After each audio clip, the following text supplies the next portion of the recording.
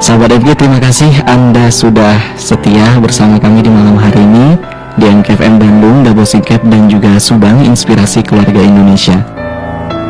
Satu poin terpenting sahabat MK, ataupun juga ada dua poin ya, kurang lebih tadi yang disampaikan Abu Faris di prolog pertama, mengenai jika ingin keluarga bahagia dan berkumpul bersama di jannahnya, maka yang pertama yaitu adalah harus karena ridho ilahi Rabbi. Kemudian juga jika ingin berkumpul bersama ke surganya, maka satukan visi dan misi untuk bisa menggapai surganya nanti.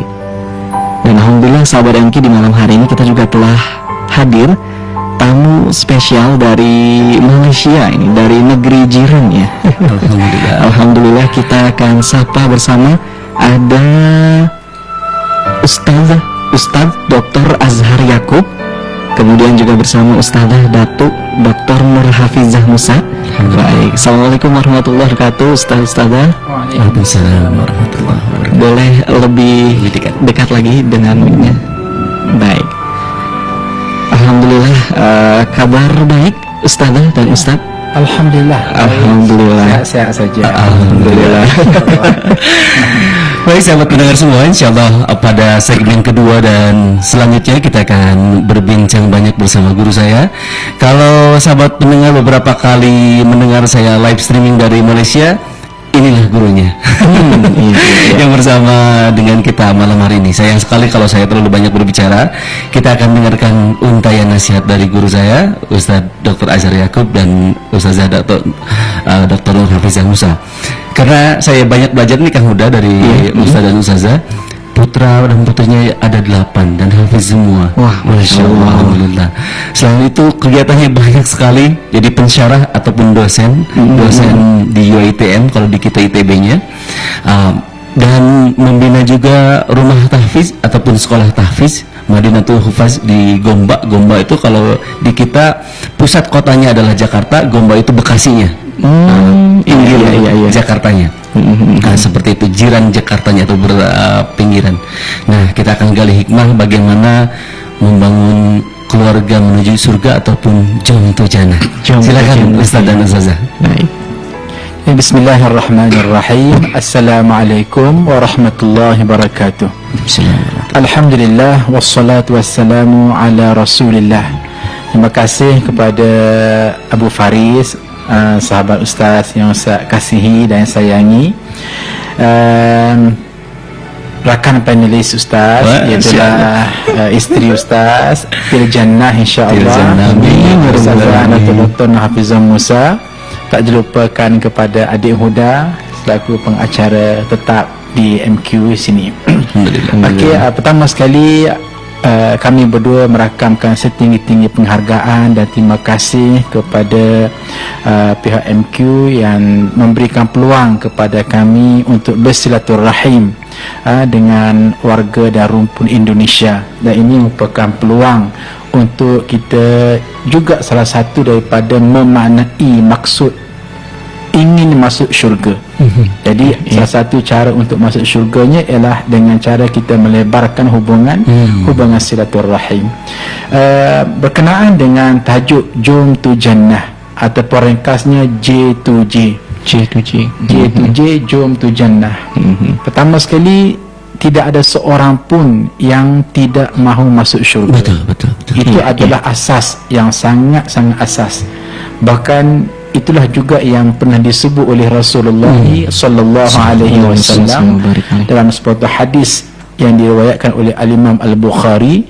Qala Rasulullah sallallahu alaihi wasallam, kullu ummati yadkhuluna al-jannah.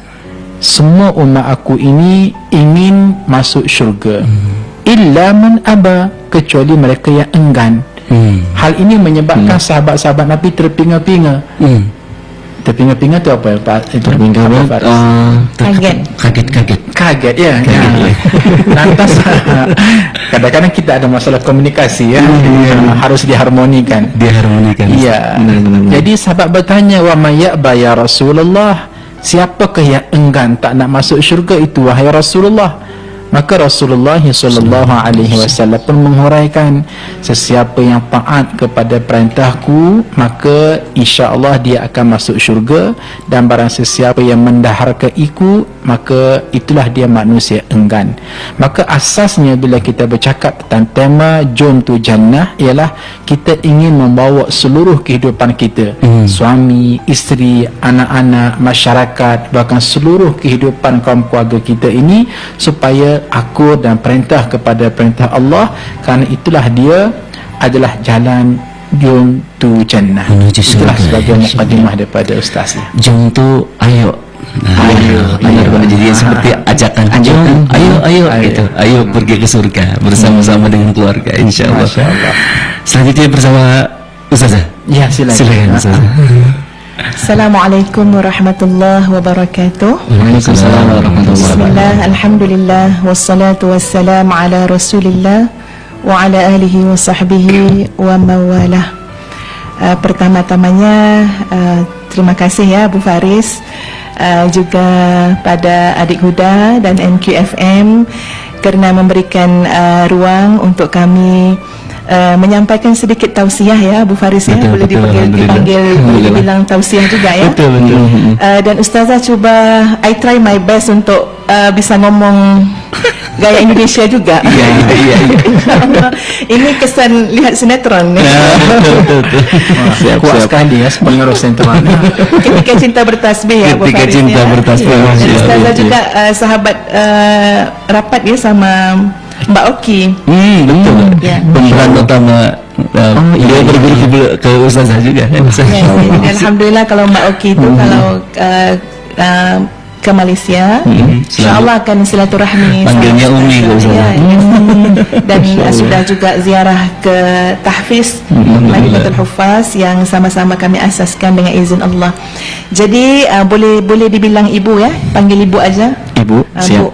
Jadi bila kita sebut tentang ayo ke syurga, jadi di sana harus ditanyain siapakah yang paling ingin kita masuk syurga? Siapa yang paling ingin? Apakah kita bilang kita yang paling ingin masuk syurga atau ada lagi yang paling ingin untuk kita masuk syurga? Jadi jawabnya ibu-ibu sekalian, yang paling ingin kita masuk ke surga itu adalah Allah Azza wa Jalla. Allah yang paling ingin kita masuk ke surga. Ya, apa buktinya, dalilnya? Mari kita lihat dalam surah Ar-Ra'd ayat 23. A'udzu billahi minasyaitonir rajim. Jannatu 'adnin yadkhulunaha wa man salaha min abaihim wa azwajihim wa dhurriyyatihim. Ada satu surga namanya surga Aden, di mana surga ini dimasuki oleh siapa saja dari kalangan bapak-bapak, ibu-ibu, isteri, suami, zuriat, keturunan, anak-anak yang beramal saleh. Semuanya akan dihimpunkan oleh Allah dalam surga. Dan ada satu ayat ibu-ibu sekalian, yaitu pada ayat 70 surah Az-Zukhruf. Kalau di sini dibilang apa ya surah? Sama ya, surah Az-Zukhruf ayat 70. Ayat ini ibu-ibu sekalian adalah ayat yang selalu ustazah ulang-ulang. Ya, selalu dibaca, enggak kira waktu, pagi, petang, siang, malam, supaya hati ini rasa gembira. Ya, hati ini maknanya jadi lapang, enggak sempit ya. Yaitu ayat yang berbunyi, A'udzu billahi minasyaitonir rajim. Udkhulul jannata antum wa azwajukum tuhbarun. Masuklah kalian ke dalam surga, kalian dan pasangan-pasangan kalian akan digembirain oleh Allah, kalian semua di dalam surga. Jadi Masya Allah, ibu-ibu, bapak-bapak, muslimin, muslimat sekalian, Allah begitu sekali ingin kita masuk ke surga, lalu Allah datangkan syariatnya, turunkan Al-Quran, wahyu Allah, kemudian diutuskan Rasulullah sallallahu alaihi wasallam untuk menunjuk cara bagaimana ya seorang hamba Allah itu, seorang suami boleh memimpin istrinya, seorang istri ataupun ibu dan ayah bisa memimpin anak-anaknya untuk sama-sama nanti ya bersama-sama dalam syurga. Mudah-mudahan bila kita ya ingin masuk syurga, surga yang kita doa adalah surga Firdaus. Allahumma inna nas'alukal Firdaus. Amin amin ya rabbal alamin. Masya Allah, luar biasa. Beda ya suasananya siaran kalau sendirian Abu Faiz. Sekarang ada gurunya, perlu bobot sekali ilmunya, Masya Allah. Kita undang saja sahabat pendengar. Ya, boleh sahabat udah silakan. Baik, silakan sahabat MK, bagi Anda yang ingin bergabung dan juga berinteraksi bersama kami di malam hari ini ya, boleh Anda sampaikan di WhatsApp dan juga SMS kami di 081122411027, di 081122411027. Ini udah ada yang bertanya nih Bu, kita sapa. Dan sudah ada yang bertanya. Tambah lagi interaksi terbaik akan mendapatkan Al-Quran cantik dari Syekh Al-Quran, insya Allah. Betul sekali. Silakan. Dari sahabat Alfi ini Bu. Nah, Abu nanti berarti jadi pentranslate-nya gitu. Translate, insya Allah. Dari sahabat Alfi di Soreang ini katanya mau tanya, saya ini punya anak umur 2 tahun kurang. Lalu bagaimanakah cara mendidiknya di usia tersebut? Karena anak saya ini punya kebiasaan nonton YouTube, jadi TV kemudian tontonan anak. Nah, lalu apakah tidak membahayakan atau bagaimana nih Bu? Baik, alhamdulillah. Kepada gurunya terus saja. Iya. Ustaz dan Ustazah, silakan. Senyum dulu. Ya, oleh kerana yang mengandung dia melahirkan anaknya ialah ustazah, maka kita dahulukan beliau dan insyaAllah Ustaz akan menambah atas apa yang Baik. Silakan Ustazah. Silakan. Baik Ibu yang bertanya, terima kasih. Yang Ustazah percaya, ibu-ibu sekalian, seorang ibu itu mesti harusnya membuat anak-anaknya senang kepadanya, kepada si ibu, lebih daripada senangnya kepada yang lain. Lebih daripada senangnya kepada YouTube, ya kepada itu dipanggil tontonan TV. Jadi seorang ibu itu harus tinggi nilai kreativitinya, kreativitasnya, kreativitasnya harus tinggi. Bagaimana untuk menyantuni, mengambil hati anak supaya anak itu bisa senang sama ibunya lebih daripada yang lain. Betul. Jadi kalau kita lihat bagaimana didikan orang-orang soleh terhadap anak-anak, semasa anak-anak pada usia 2 tahun, 3 tahun, apabila anak-anak ini mulai pandai bicara pandai ngomong pandai bicara, maka dianjurkan kepada para ibu untuk melatih anak-anak tersebut kepada perkara yang melibatkan nilai akidah, akidah tauhid. Seperti yang dianjurkan untuk ibu-ibu mengajarkan kepada anak-anak memimpin lisannya untuk berbicara. Wa qulil hamdulillahilladzi lam yattakhidh walada wa lam yakul lahu syarikun fil mulki wa lam yakul lahu waliyyun minadh-dhulli wa kabbirhu takbira. Mudahnya kalau ibu-ibu sama bapak boleh lihat dalam surah Al-Isra ayat 111. Jadi ini anjurannya supaya anak-anak dilatih untuk awal-awal agama adalah mengenal Allah. Jadi kalau pada usia 2 tahun, 3 tahun sudah dikenalkan dengan yang lain dulu, jadi dibimbangi pada waktu yang disifatkan dalam pendidikan sebagai waktu emas dalam pendidikan anak. Nanti jadinya jadi sia-sia waktu tersebut. Jadi insya-Allah mudah-mudahan ibu-ibu akan sentiasa bersama dengan anak, menunjukkan qudwah hasanah, akhlak yang baik. Sebab di sana disebut dalam sebuah hadis di mana maksudnya tidak adalah satu pemberian yang terbaik daripada seorang ibu ayah kepada anak-anaknya mengatasi seorang ibu dan ayah membimbing anak-anaknya untuk beradab dengan adab yang baik. Jadi bila kita ngomong tentang adab, bicara tentang adab, nilai adab ini mesti harus ada kebersamaan di antara seorang ibu dan ayah sama anak-anaknya. Jadi anak-anak jangan dibiarin sama handphonenya, sama TV-nya, ya, sebab ibu ayah itu kena bersama-sama dengan anaknya. Sebab adab nak dilihat pada pertama sekali, ini juga satu benda yang penting. Yang pertama sekali bila sebut tentang adab, paling penting sekali ibu-ibu sekalian adalah adab di tempat makan. Adab ketika makan. Apakah ibu-ibu dan bapa-bapa melihat bahawa ketika mana seorang anak diajar adab di tempat makan, nanti insya-Allah adab-adab di tempat lain beres.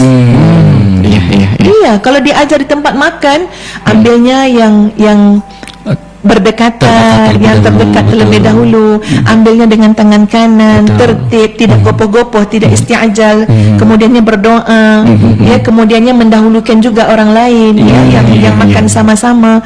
Jadi insya-Allah anak yang terjaga adabnya di tempat makan, nanti insya-Allah adab-adab yang lain turut terjaga. Wallahu a'lam. Nanti insya-Allah ustaznya bisa nambah insya-Allah. Okey, baik, sebagai tambahan, mungkin Ustaz cuba membuat sedikit satu analogi yang perumpamaan yang sederhana. Kalau kita mengambil satu gelas yang kosong dan kita mulai mengisinya dengan sampah, dengan batu, dengan besi kecil, dengan kayu, bahkan dengan contoh perumpamaan dengan najis, maka dipenuhi akan gelas itu dengan kotoran, dengan sampah. Andai selepas daripada itu dia ingin masukkan emas, perak, wang shilling, pasti akan terkeluar sebab telah pun dipenuhi sebelumnya dengan sesuatu yang tidak berharga, yang jelek, yang kotor dan yang cemar. Begitulah juga dengan perumpamaan hati manusia. Apa yang paling penting ialah bagi ibu dan ayah, bagaimana anak seawal usia lahirnya, sebagaimana yang disebut oleh Rasulullah sallallahu alaihi wasallam, kullu mauludin yuladu 'alal fitrah. Setiap anak yang baru lahir itu dilahirkan dalam keadaan bersih, suci dan normal. Maka perkara pertama ialah harus ditanya kepada kita sebagai ibu dan ayah, dengan acuan apa kita mengisi ruang kosong gelas, iaitu hati yang ada pada anak-anak kita. Anda kata dengan hiburan yang melampaui batas, anda kata dengan dunia entertainment yang melampaui batas, anda kata dengan budaya hedonisme yang melampaui batas, maka akhir sekali bagaimana jiwa, naluri, perasaan, nasamah hati anak-anak kita sudah tepu. Tepu tu apa ya, Abu Faris? Tepu tu ya, penuh.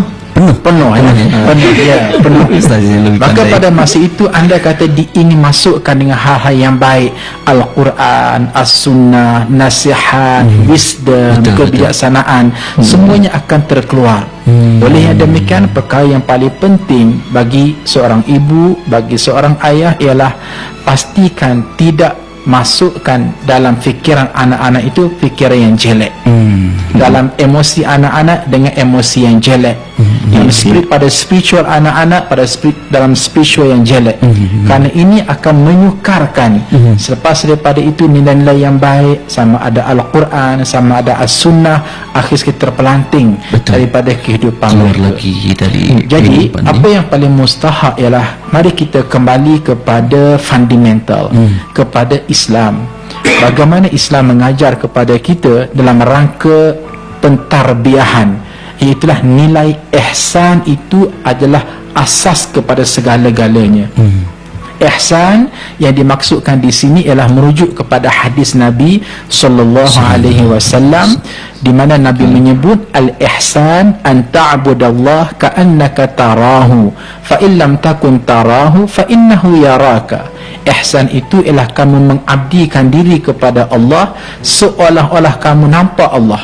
Jika sekiranya kamu tidak mampu sampai ke makam itu, maka yakinlah Allah Azza wa Jalla sentiasa maha melihat, maha menatap dan maha menyaksikan.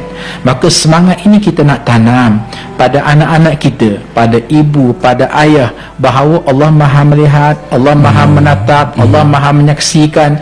Pada masa itu andai kata anak-anak kita biarpun mereka ini bersendirian dalam bilik, mungkin ada handphone, mungkin mereka ingin akses kepada YouTube yang tidak baik sebagai contoh, paling kanan, paling kiri ibunya enggak ada, ayahnya enggak ada, tapi Allah pasti ada.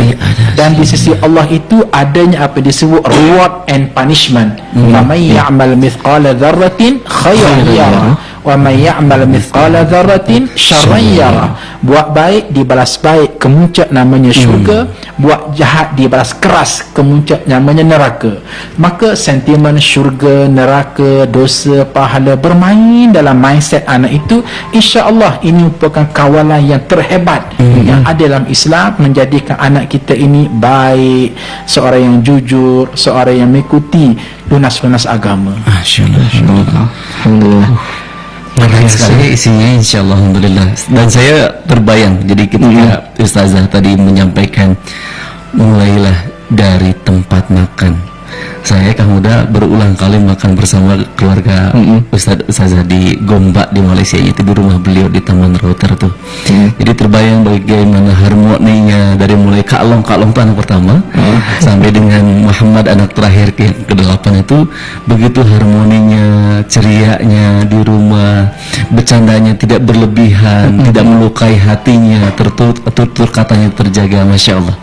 Praktikan ilmu yang tadi disampaikan, insya Allah manfaat untuk kita semua. Insya Allah. Baik, terima kasih Ustaz dan Ustazah yang sudah menjawab ya di malam hari ini. Boleh kita sapa satu lagi? Boleh, sebelum segmen selanjutnya. Iya. Ada yang bertanya juga, ini Abu atau juga Ustazah. Jadi ini mengenai judulnya ya, Jomtu Jannah. Jadi kiat-kiat seperti apa agar terwujudnya berkeluarga ini bisa ke surganya Allah Subhanahu wa taala, dan apakah benar yang namanya pertengkaran atau juga permasalahan dalam rumah tangga itu merupakan penyedap dari rumah tangga itu sendiri, bumbu penyedap begitu. Dan lalu bagaimana cara menyikapinya agar hal tersebut tidak sampai terjadi yang tidak diinginkan seperti perceraian atau juga dan lain sebagainya dari hamba Allah ini, Abu. Oh, tidak disebutkan. Iya, tidak disebutkan. Baik, silakan. Baik, Ustaz dan Ustazah yang pernikahan sudah ke-21 yang anniversary-nya dirayakan di Bandung ya, beberapa bulan yang lalu. Silakan Ustaz dan Ustazah. Silakan Ustazah. Usahanya menambah saja. Suami misali ini. Terima kasih Kang Huda atas tadi soalan daripada hamba Allah ya. Apakah kiat-kiat untuk dibawa keluarga ke syurga, insya-Allah. Yang pertama sekali, ibu-ibu dan bapak-bapak sekalian, harus memelihara 3 asas utama. 3 asas utama ini adalah akidah tauhid, syariat dan akhlak. Ini sangat fundamental sekali. Ketika mana kita ingin masuk syurga, harus diutamakan, harus dijaga persoalan tauhid yang Ustazah kira kalau di Darut Tauhid ini ya, Abu Faris ya, itu menjadi asas yang sangat penting ya, tentang tauhid, namanya juga Darut Tauhid ya. Dan kemudian syariat, dan kemudian juga adalah akhlak. Yang kedua, kiat yang kedua adalah kesederhanaan. Sederhana. Jangan melampaui batas ya dalam semua perkara. Ya, jadi kalau sederhana, insya-Allah semakin dekat dengan kebaikan. Dan persoalan tentang pertengkaran ya. Pertengkaran. Alhamdulillah, memang benar pertengkaran ini adalah apa tadi, bumbu ya? Ya, ini memang bumbu penyedapnya. Masya Allah, ketika saat bertengkar pasti akan rasa pahit, ya pasti akan rasa sakit, marah, ya macam-macam ya masa saat bertengkar. Tapi selepas 2-3 tahun, lepas 2-3 bulan dilihat kembali, Masya Allah manis. Kenapa? Kerana saat bertengkar kadang-kadang itu adalah satu alamat ataupun tanda, satu peringatan daripada Allah supaya dari sisi suami dan isteri mencari ilmu lagi.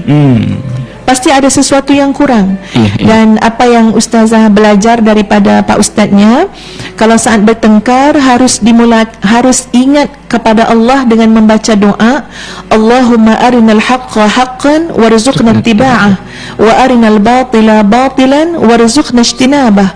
Ya Allah, tunjukkanlah kepada kami yang benar itu benar, dan rezekikanlah kepada kami untuk ikut yang benar.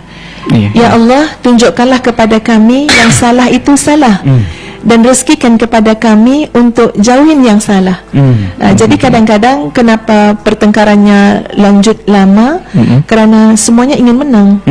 Tidak ada yang mau mengalah begitu ya. Tidak ada yang mau mengalah, semuanya ingin duduk di tempat yang benar, ya. Padahal mungkin saja suami kita benar, mungkin saja istri kita yang benar. Jadi pulangkan yang benar itu kembaliin kepada Allah. Allah yang Maha mengetahui. Jadi kita minta daripada Allah agar Allah tunjukkan ke dalam hati kita, baik suami ataupun istri, untuk melihat, Masya Allah, ini yang benar.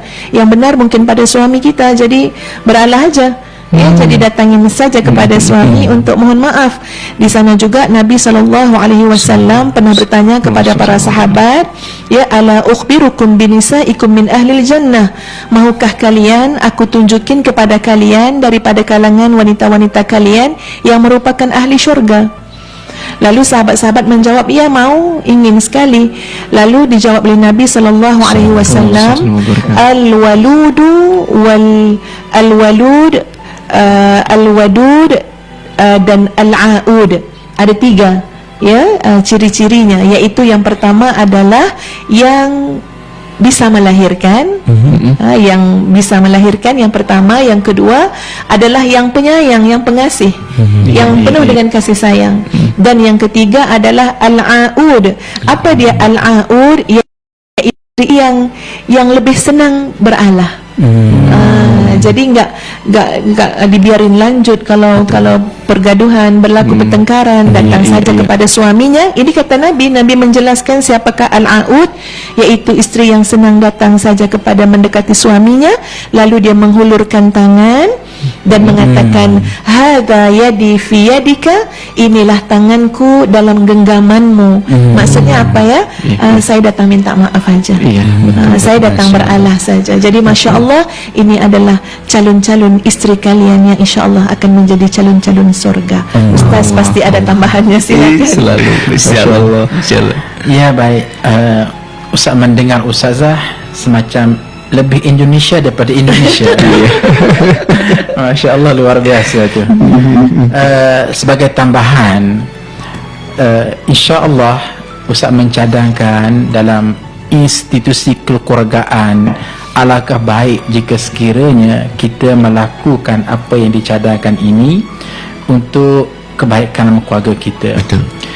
Apa yang Ustaz nak sampaikan ini, Ustaz rumuskan dengan satu program namanya Alpha Family. Alpha Family. Ya. Alpha Family ini adalah satu program usrah yang dibuat secara mingguan. Artinya, ayuh, wahai sang ibu, sang ayah, berkompromilah dengan anak masing-masing, cari satu malam dalam satu minggu, umpamanya pada setiap malam Jumaat, okey, freekan program di luar rumah dan adakan program internal. Dan program internal ini bergerak dalam 5 step. Step pertama ialah bermula dengan solat maghrib berjamaah, menghimpunkan ibu ayah beserta dengan anak-anak. Namun solat maghrib itu haruslah bergerak secara package. Bermula dengan package azan maghrib. Signifikan azan maghrib ini, Masya Allah, sangat hebat. Pertama sekali harus kita bertanya, berapa kalikah rumah kita dihiasi dengan suara azan? Mungkin kita sudah membeli rumahnya 5 tahun, 10 tahun, tapi amat sedikit suara azan berkumandang. Sedangkan suara azan syiar Islam yang sangat hebat. Bagaimana masuknya waktu dengan azan, solatnya dengan azan, bahkan dalam sudut yang lain adanya kecemasan, disunatkan untuk kita azan. Bila nak musafir, disunatkan kita azan. Termasuklah dalam hal-hal untuk kita menghalau syaitan, gangguan, sihir. Maka the power of azan itu sangat penting untuk menghalau syaitan. Dan syaitan juga antara tempat yang mereka suka yang menyelinap dan berada di rumah kita. Jadi apabila azan berkumandang, insya-Allah menghalau syaitan. Sebagaimana yang disebut dalam sepotong hadis Rasulullah sallallahu alaihi wasallam, apabila kamu azan, syaitan akan lari bertempiaran meninggalkan najis. Jadi itu suasana untuk mewujudkan satu aura yang positif dalam rumah kita, iaitulah kita azan. Kemudian kita pun salat maghrib berjamaah, dan pastikan ketika salat maghrib berjamaah sang ayah yang menjadi imam. Betul. Iya. Biarpun kemungkinan ayah itu berkata, oh saya ada anak yang hafiz Quran, biarkan saja dia hadapannya di imam. Tak boleh. Sebab ayah mesti tunjukkan syaukah, credibility dan wibawanya sebagai seorang imam, sebagai seorang ketua keluarga. Jadi bayangkan anak akan respect bila ayah tu Allahu Akbar, baca Quran, rokok, sujud dan seumpamanya. Itu yang pertama. Sudah daripada salat maghrib, disusuli yang kedua ialah berzikir. Berzikir. Dan berzikir di sini bukan sekadar berzikir ala kadar, biasa-biasa sahaja, tetapi diolah dalam bentuk tarannum, diolah dalam bentuk adanya intonasi yang boleh membeningkan jiwa.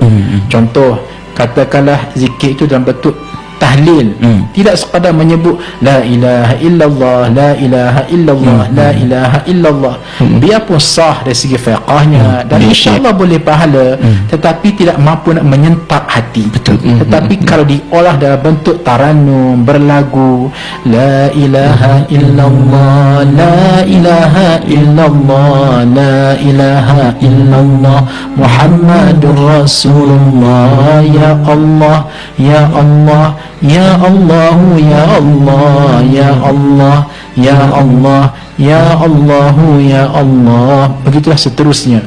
Inilah yang dimaksudkan oleh Nabi SAW, laisa minna man lam yataghanni bil Quran.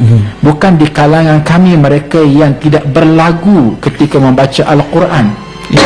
Kerana apa di-highlightkan soal berlagu? Sebab ia memberikan intonasi yang boleh menyentuh hati, menyentuh hati, perasaan menyentuh perasaan, emosi menyentuh emosi dengan lagu tersebut. Jadi pada masa itu kita akan nampak anak-anak kita semakin subconscious mind, semakin tunduk, semakin akur apabila kita sirami zikir-zikir itu secara tarannum, secara berlagu dan seumpamanya. Itu yang kedua. Yang ketiga seterusnya ialah berdoa. Ya, mungkin sama juga kita berdoa, tetapi apa yang Ustaz maksudkan berdoa di sini ialah seelok-eloknya berdoa sahaja dalam bahasa ibunda. Kalau kami di Malaysia, kalau di sini ya dengan bahasa Indonesia.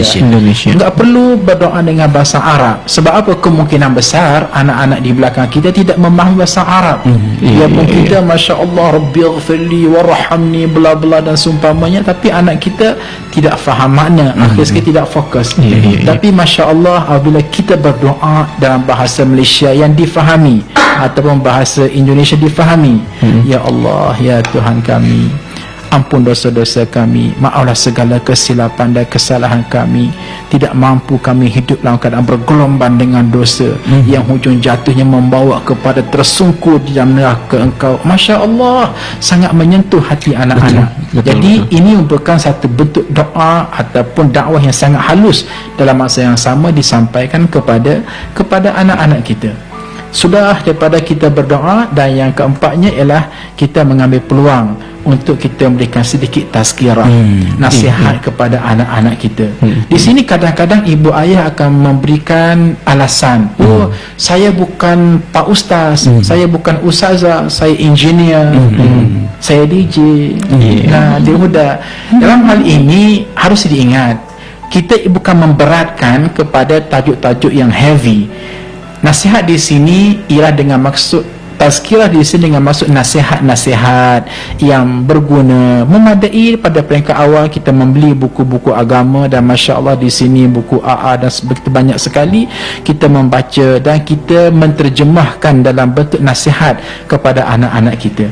Jadi itu nilai-nilai yang perlu ada. Dan akhir sekali selepas daripada memberikan tazkirah, kita telah memberikan salaman untuk mewujudkan suasana yang lebih harmoni, lebih hangat, ishq mahabbah, kasih sayang satu sama lain. Package ini insya-Allah akan mewujudkan suasana baik, damai, kasih, sayang yang berteraskan kepada tunjangnya nilai-nilai agama. Dan inilah dia yang dikatakan jom tu jannah, jalan ke syurga, insya-Allah. Insyaallah. Alhamdulillah.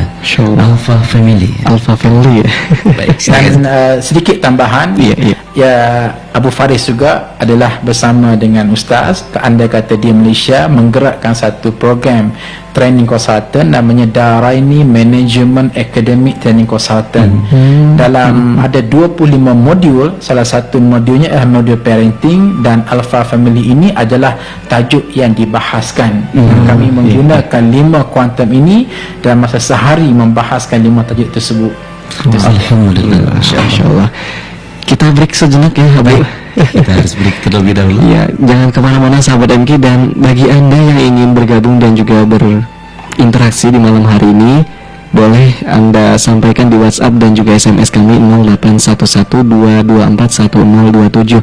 Sambil sebutkan nama anda juga sahabat MK, karena siapa tahu penanya terbaik ya Bu, baik, di malam hari ini akan mendapatkan satu buah Quran cantik dari Sanjul Quran.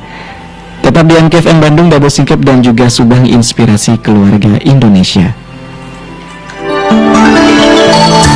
Sahabat MK, apa kriteria orang yang paling dekat kedudukannya dengan Allah saat hari kiamat? Simak jawabannya selepas informasi berikut ini.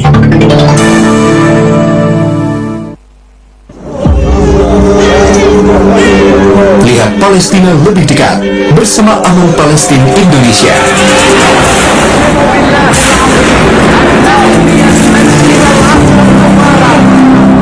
Di akhir tahun 2014, jumlah wilayah yang berhasil diduduki Israel di tepi barat sebanyak 413 area. Dari jumlah ini, mengawali hari yang penuh makna, mari mulai dengan menjaga hati. Orang yang mencari kedudukan di sisi Allah pasti fokusnya adalah membersihkan hati dan memperbaiki amalnya. Tapi orang yang mencari kedudukan di sisi orang akan sibuk dengan membagus-bagus omongan, membagus-bagus topeng, bukan membagus-bagus isi. Tentramkan jiwa bersama dalam Manajemen Kolbu Pagi. Simak Manajemen Kolbu Pagi setiap hari jam 5 sampai jam 6 waktu Indonesia Barat di 102,7 MKFM Bandung. Inspirasi Keluarga Indonesia. Mari menjaga hati untuk mengawali aktivitas hari ini.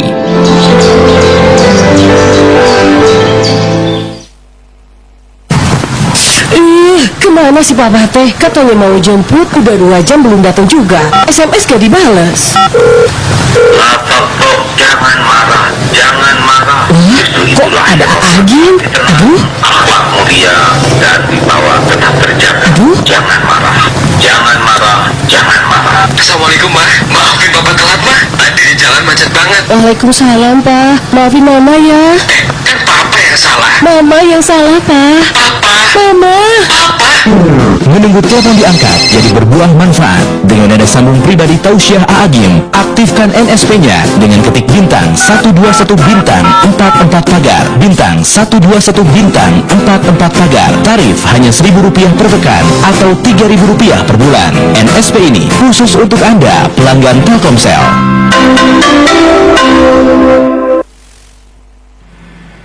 Sahabat MK, Anda ingin menjadi reseller produk kerudung dengan kualitas premium, harga terjangkau?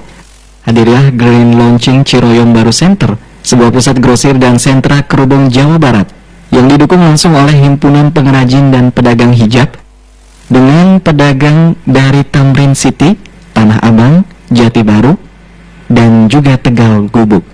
Menyediakan juga berbagai hijab se-Jawa Barat dengan kualitas bagus, harga terjangkau yang membuka kesempatan bagi para reseller untuk bisa mendapatkan produk dengan harga murah. Hari Sabtu tanggal 7 Maret 2020 bertempat di Ciroyom Baru Center, Jalan Ciroyom, Andir, Kota Bandung. Dapatkan juga diskon hingga 30% untuk minimal pembelian 5 pak kerudung saat Grand Launching Ciroyom Baru Center.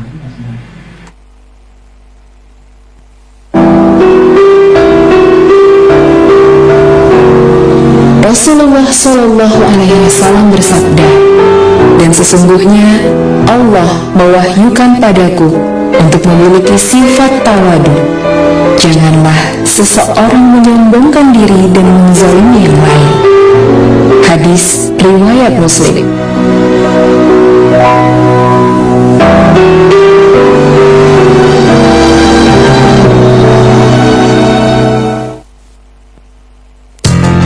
MKFM, inspirasi keluarga Indonesia. Sahabat MK, orang yang berlaku baik terhadap keluarganya adalah orang yang paling dekat kedudukannya dengan Allah Subhanahu wa Ta'ala saat hari kiamat. Hadis riwayat Ar-Ridho.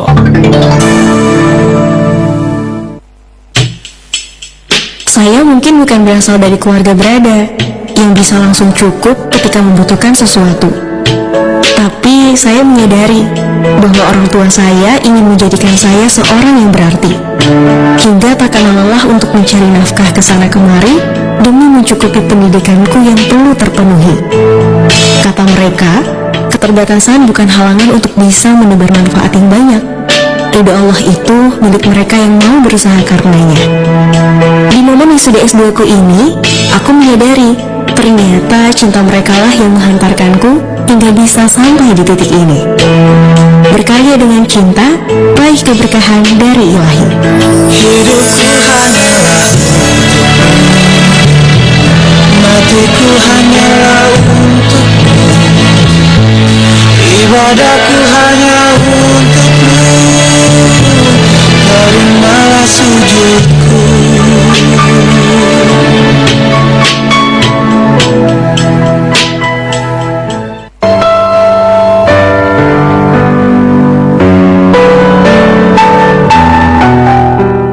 Terima kasih sahabat MK, Anda masih setia bersama kami di MKFM Bandung, Double Singkep dan juga Subang Inspirasi Keluarga Indonesia.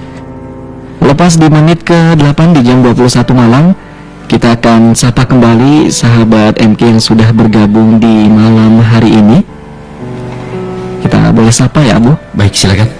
Baik, ini ada dari sahabat Laisa dari Cigugur Girang, Abu. Ini Masya Allah katanya, Ustazah ada di Bandung dan saya sering dengerin ceramah Ustazah katanya. Semoga nanti bisa dipertemukan. Amin. Insya Allah dalam waktu dekat atau nanti diinformasikan ada program off airnya. Insya Allah. Iya. Dulu di bulan berapa ya saja kita buat event di Gedung Robani itu. Mudah-mudahan ada kesempatan untuk silaturahmi insya Allah. Pertanyaannya bagaimana? Jadi pertanyaan seperti ini, Abu, bagaimana cara konsistensi menjaga anak dari fitnah akhir zaman? Konsistensi ini, menjaga anak dari fitnah akhir zaman. Karena di zaman ini sangat sulit untuk menjaga anak dari lingkungan yang kurang baik. Jadi lingkungan yang jelek dan sebagainya. Jangankan anak, diri sendiri pun sebagai orang tua terkadang masih tidak bisa istiqomah mengamalkan kebaikan-kebaikan. Lalu bagaimana caranya biar kita dalam satu keluarga itu bisa fighting, tentunya melawan dan juga menjaga iman di era akhir zaman ini? Boleh, silakan Ustaz. Silakan. Di akhir zaman ya, insyaallah. Baik, terima kasih Bu atas soalannya. Pasti banyak sekali ya kalau mau di-share tentang tipsnya, ataupun ya tips ya. Betul. Tapi satu yang Ustazah pilih, yang insya Allah harapnya agar ibu-ibu dan bapak-bapak bisa mengamalkannya dalam keluarga, yaitu satu petua ataupun ajaran yang pernah diceritakan oleh Sahal bin Abdullah. Jadi Sahal bin Abdullah dijagain oleh bapak saudaranya, yaitu Muhammad bin Wasi'.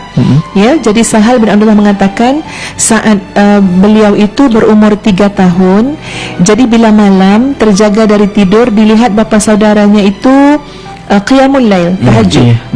Jadi dia pun bolak-balik ya atas itu dipanggil apa ya Bu Faris, katilnya?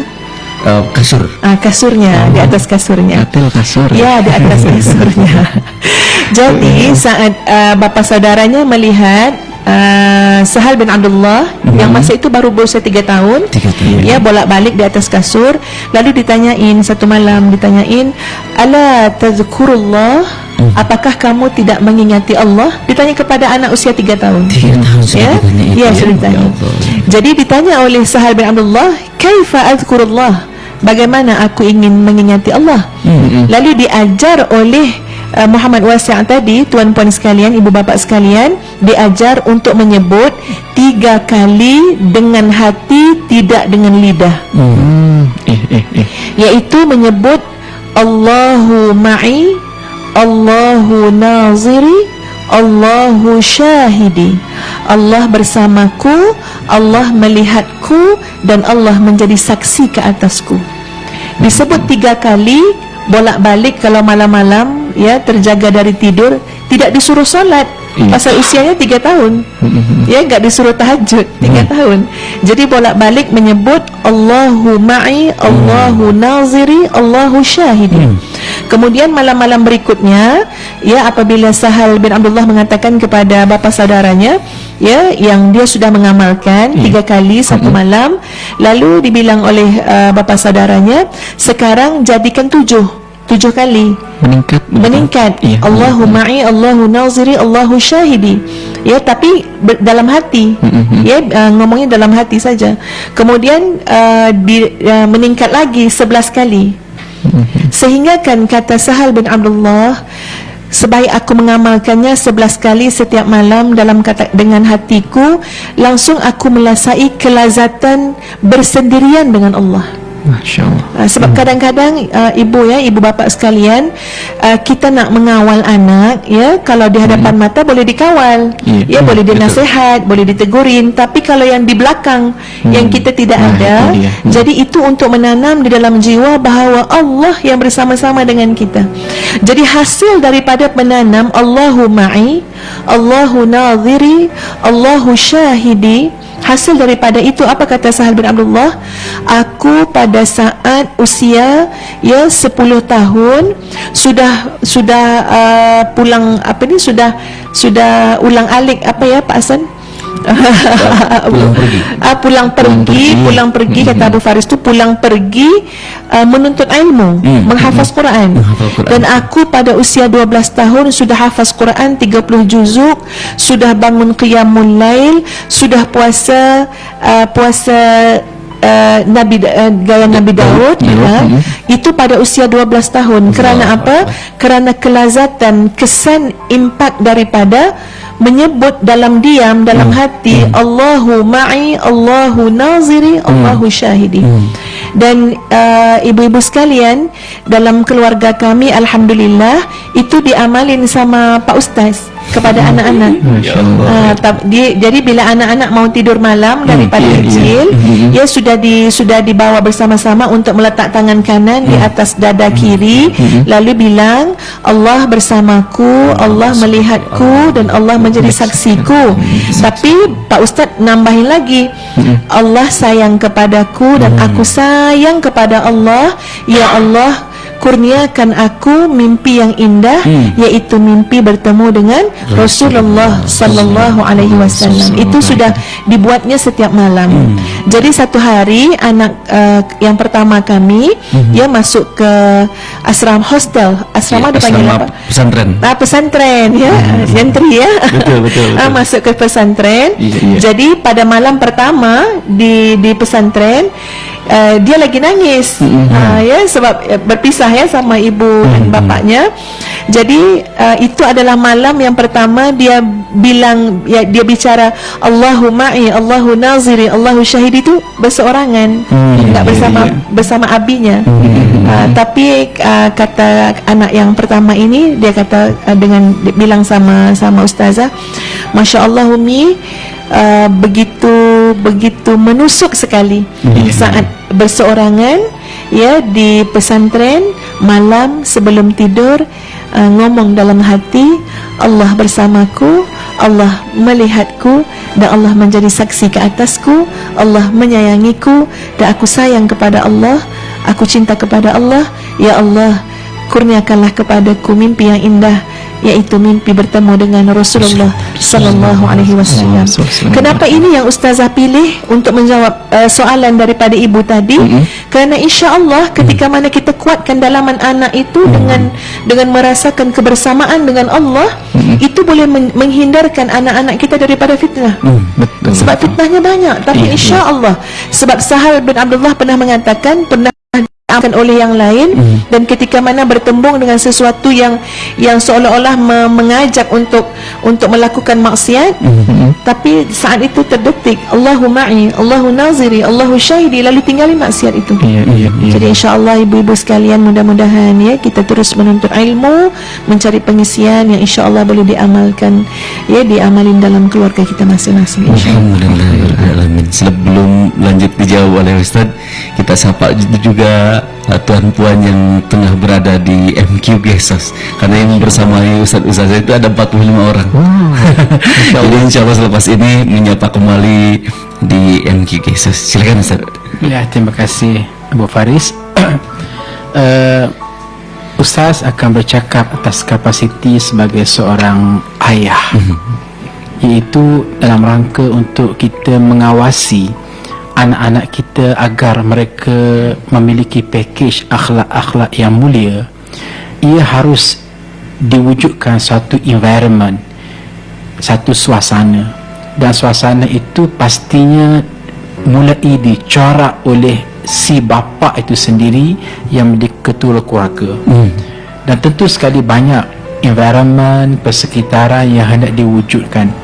Salah satu yang dengan kesempatan yang ringkas ini ialah dengan memastikan rezeki yang dibawa pulang untuk diberi makan kepada anak isteri adalah rezeki yang halal alal itlaq, tidak ada kompromi.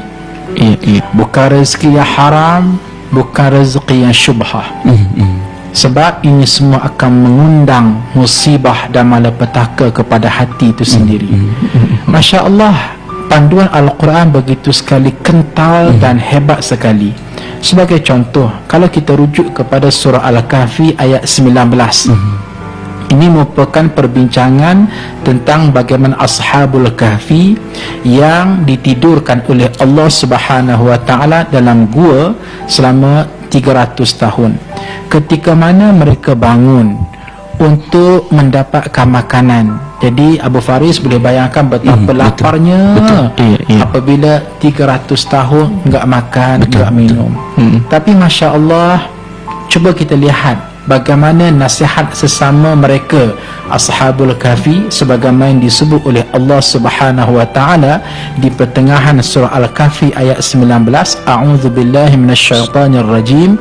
Falyanzur ayyuha azka ta'aman falyatikum birizqin minhu waliyatalattaf wala yush'iranna bikum ahada. Bermaksud falyanzur, wahai sahabatku, di saat kamu ingin keluar daripada gua ini membeli makanan, pastikan azka ta'aman, kamu memilih makanan yang paling bersih. Bukan sekadar halalan tayyiban, tetapi azka ta'aman. Artinya kalau yang haram memang awal-awal dinyahkan, dijauhkan, disisihkan. Yang ambil hanya yang halal sahaja. Halal bukan sekadar halal, tapi halal yang bersifat azka, yang paling bersih, yang paling suci, yang jauh daripada syubhah dan seumpamanya. Dan Masya Allah, hal ini kalau kita relatekan dengan seperti hadis Rasulullah sallallahu alaihi wasallam menyebut an-nasu yad'u rabb, ya rabbi ya rabbi, yang bermaksud manusia ini pandai sangat kalau disuruh berdoa, pantas angkat tangan dan berdoa, wahai Allah, aku ingin itu, aku ingin ini. Tetapi dia lupa, wa mat'amuhu haram, wa mashrabuhu haram, wa malbasuhu haram, wa ghudhiya bil haram, fa anna yustajabu lah. Sedangkan makanan yang dia makan datang daripada sumber yang haram, minuman yang dia minum datang daripada sumber yang haram, pakaian yang dia pakai datang daripada sumber yang haram, wa ghudhiya bil haram, bahkan seawal dia meminum minum air susu ibunya pun datang daripada sumber yang haram, fa anna yustajabulah, maka bagaimana Allah Azza wa Jalla ingin memustajabkan orang ini ketika mana berdoa. Jadi kombinasi daripada ayat dan hadis ini, kita boleh wujudkan satu suasana bahawa jangan fikir kita akan jadi baik, family kita akan jadi baik, anak-anak kita jadi baik jika sekiranya, maaf cakap, kita terlibat dengan sumber rezeki yang haram. Sumber rezeki yang tidak elok, yang bercanggah dengan syariat. Jadi akhir sekali apa yang berlaku, tahu-tahu kita ni malas untuk beribadah, tahu-tahu hati kita keras, tahu-tahu rumah tangga kita asyik bergolak satu sama lain. Maka harus di postmortem, di muhasabah diri. Jangan hanya melihat kerana handphone, jangan hanya melihat kerana faktor luaran media massa, tapi harus kembali kepada internal. Macam mana kita mengurus environment, dan fokus kita ialah pastikan rezeki adalah rezeki yang halal. Ini yang dikatakan istilah keberkatan dalam mencari rezeki. Impaknya ialah untuk mewujudkan suasana yang harmoni, anak-anak yang sejuk mata memandang, keluarga yang bahagia, yang sangat berkait dengan persekitaran rezeki yang halal. Alhamdulillah, Masya Allah, lengkap sekali, Masya Allah, dan rumit sekali. Betul. Alhamdulillah, dan tinggal diaplikasikan oleh kita semua, sahabat pendengar semua. Nampaknya satu penanya terakhir. Apa setelah jeda lagi Abu? Apa bagaimana? Dan tersisa masih 8 menit lagi. Jamnya beda ya. Kurang lebih 8 menit lagi. Apa kita jeda terlebih dahulu? Boleh jeda terlebih dahulu, dan nanti di closing di akhir. Iya, betul baik. Sahabat MK, jangan kemana-mana. Masih ada satu segmen lagi, satu sesi lagi dalam perbincangan hangat kita di malam hari ini bersama Ustazah Datuk Dr. Nur Hafizah Musa dan juga Ustadz Dr. Azhar Yakub, dan juga tentunya bersama Abu Faris. Tetap di MKFM Bandung, Double Singkep, dan juga Subang Inspirasi Keluarga Indonesia. Berkarya dengan cinta, raih keberkahan dari Ilahi. Terima kasih sahabat MK, Anda masih setia bersama kami di MKFM Bandung, Double Singkep, dan juga Subang Inspirasi Keluarga Indonesia. Segmen terakhir di malam hari ini, kebersamaan kita di dalam program Inspirasi Malam, serial Meraih Mimpi. Dan boleh Abu ya, ini closing statement atau juga nasihat dari guru kita. Baik, alhamdulillah, teramat sangat beruntung bincang malam kali ini, bincang malam di Meraih Mimpi, kedatangan tamu yang sangat spesial dari negeri jiran, guru saya Ustaz dan Ustazah. Boleh nasihat terakhir di beberapa saat ini, insyaallah. Silakan Ustazah. Baik Bapak Ibu yang dihormati sekalian, jadi di akhir kalam Ustaz ingin mengajak kita semua untuk mengamalkan surah Al-Mu'minun ayat yang ke-29.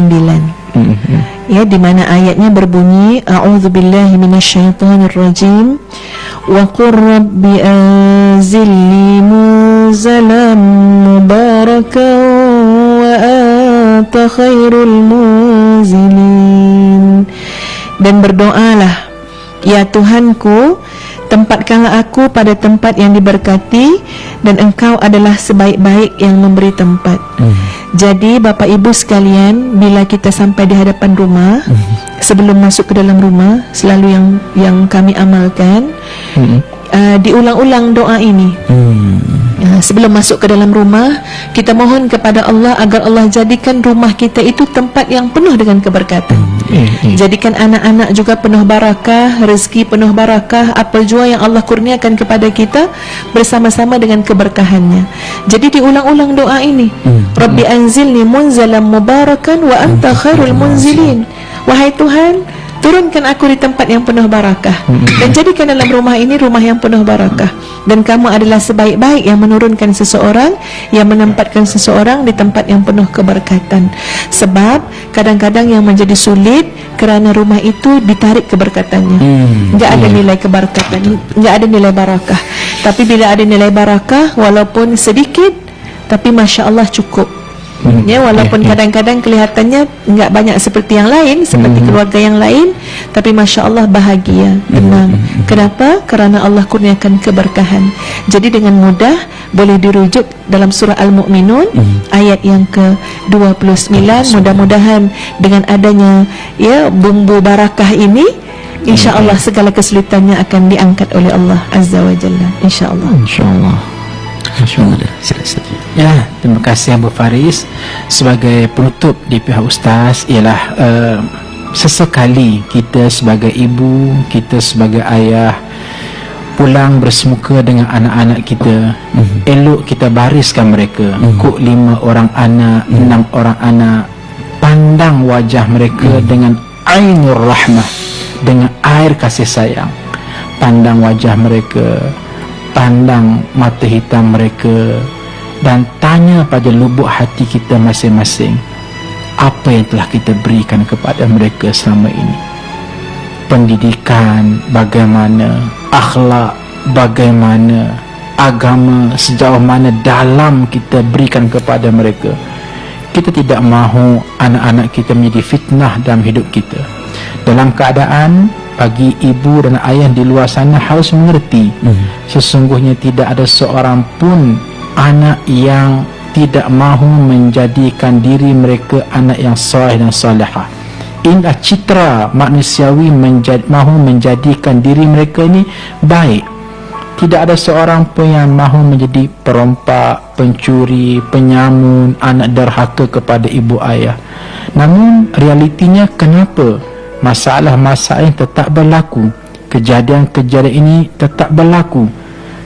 Ustaz khawatir akan tiba satu hari nanti di saat kita meninggal dunia sebagai ibu, sebagai ayah, tiba-tiba anak kita yang masih hidup, yang dikatakan anak derhaka ini, datang mencari di mana pusara kita, menghampiri kita, mengangkat kaki dengan sepatu dan memijak akan pusara kita, sambil berkata, wahai ibu, wahai ayah, ini dia anak derhaka datang ke kubur kamu sekarang. Karena engkaulah aku menjadi anak derhaka. Karena engkaulah aku menjadi anak yang tidak ikut agama, sebab kamu tidak memberikan didikan yang terbaik semasa hidup kamu terhadap kami. Ini merupakan rintihan yang tidak ada nilainya di saat itu. Pada masa itu, Masya Allah, bagaimana kita sebagai ibu ayah mahu bertanggungjawab di akhirat kelak, jika sekiranya sang anak ini merintih dan bersimpuh di hadapan Allah Azza wa Jalla, mengadu hal kepada Allah, wahai Allah, aku ingin menjadi anak yang saleh dan salihah, tapi apakah daya ibu aku, ayah aku sesaat melahirkan aku, membiarkan aku begitu sahaja, kurang kasih sayang, kurang agama, kurang pendidikan, kurang tarbiyah. Justru wala talumuni walumu anfusakum. Jangan kita merintih bagi pihak orang lain. Kita sebagai ibu ayah, kita mesti merintih atas kelemahan-kelemahan kita dalam mendidik anak-anak kita. Allahu Akbar. Masya Allah. Ini nasihat dan muhasabah untuk kita semua sahabat pendengar. Dan nasihat-nasihat yang tadi Ustaz sampaikan tentu bukanlah kebetulan datang kepada kita, terdengar oleh kita. Ini adalah izin Allah Subhanahu wa taala. Maka tidaklah disebut kebaikan datangi ilmu kepada kita untuk kita praktikkan. Terima kasih sekali lagi Ustaz dan Ustazah, semoga semakin berkah dan berlimpah kebahagiaan. Sahabat pendengar, terima kasih atas silaturahimnya. Subhanakallahumma bihamdika asyhadu an la ilaha illa anta astaghfiruka wa atubu ilaik. Mohon maaf atas segala kekurangan. Abu Faris dan Ustaz dan Ustazah izinkan melanjutkan aktivitas. Terima kasih. Assalamualaikum warahmatullahi wabarakatuh.